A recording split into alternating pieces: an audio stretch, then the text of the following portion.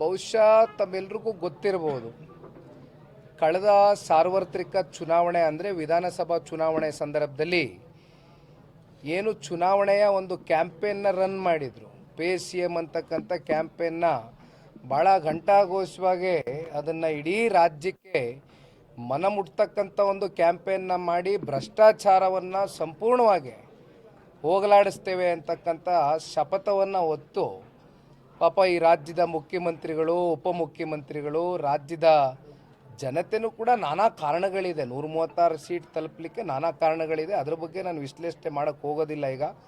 ಆದರೆ ಕಳೆದ ಇನ್ನೇನು ಹತ್ತತ್ರ 2 ವರ್ಷ ಆಗ್ತಾ ಬಂದಿದೆ ಸರ್ಕಾರಕ್ಕೆ.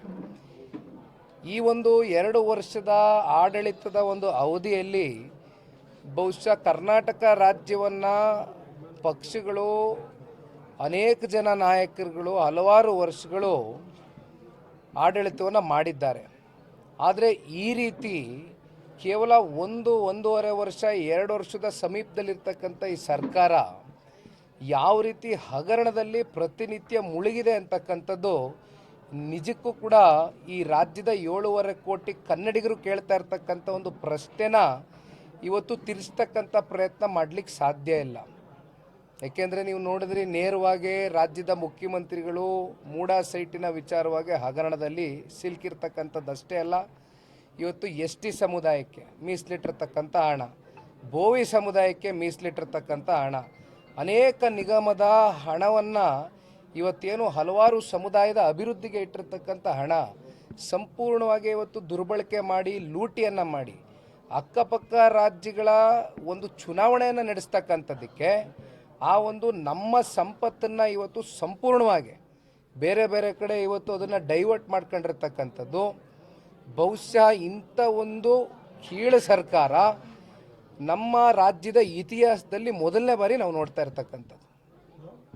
ಜಾತಿ ಮತ್ತು ಧರ್ಮದ ಹೆಸರಲ್ಲಿ ಕೆಲ ದುಷ್ಟ ಈಗ ವಿಷಯವನ್ನು ಡೈವರ್ಟ್ ಮಾಡಲಿಕ್ಕೆ ಜಾತಿ, ಸಮುದಾಯ, ಧರ್ಮವನ್ನು ದಾರಿದೀಪವಾಗಿ ಇಟ್ಕೊಂಡು ಹೋಗ್ತಕ್ಕಂಥದ್ದು ಸೂಕ್ತ ಅಲ್ಲ. ಇವತ್ತೇನು ಸಂಪೂರ್ಣ ಬಹುಮತ ಅವ್ರಿಗೆ ಬಂದಿದೆ, ಇವತ್ತೇನು ಗ್ಯಾರಂಟಿಗಳ ಒಂದು ಹೆಸರಿನಲ್ಲಿ ಇವತ್ತು ಸಾಕಷ್ಟು ನಿಷ್ಠಾವಂತ ಅಧಿಕಾರಿಗಳು ಇವತ್ತು ಬಲಿಪಶು ಆಗ್ತಾ ಇದ್ದಾರೆ.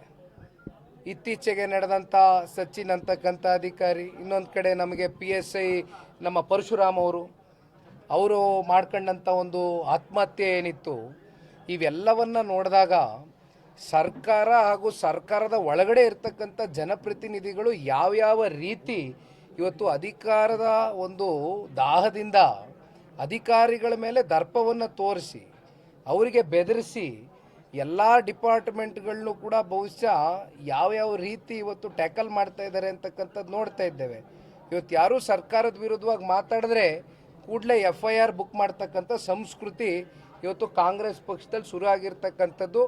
ಬಹುಶಃ ಇವತ್ತು ಎರಡೂ ಪಕ್ಷದ ಇವತ್ತು ವಿರೋಧ ಪಕ್ಷವಾಗಿರ್ತಕ್ಕಂಥ BJP JDSಗೆ ಮುಂದೆ ಇದೇ ರೀತಿ ಒಂದು ರಾಜಕಾರಣವನ್ನು ನೀವು ಕೂಡ ಮುಂದುವರಿಸಬೇಕು ಅಂತಕ್ಕಂಥ ಸೂಚನೆಯನ್ನು ಕೊಡ್ತಾ ಇದ್ದಾರೇನೋ ಅಂತಕ್ಕಂಥದ್ದು ನನ್ನ ಭಾವನೆ. ಸರ್, ಕುಮಾರಸ್ವಾಮಿ ಅವರ ಆರೋಪ ಕುರಿತು ಪ್ರಿಯಾಂಕೆ ಅನ್ನೋ ಪದ ಬಳಸಿ ಲೇವಡಿ ಮಾಡ್ತಿದ್ದಾರೆ.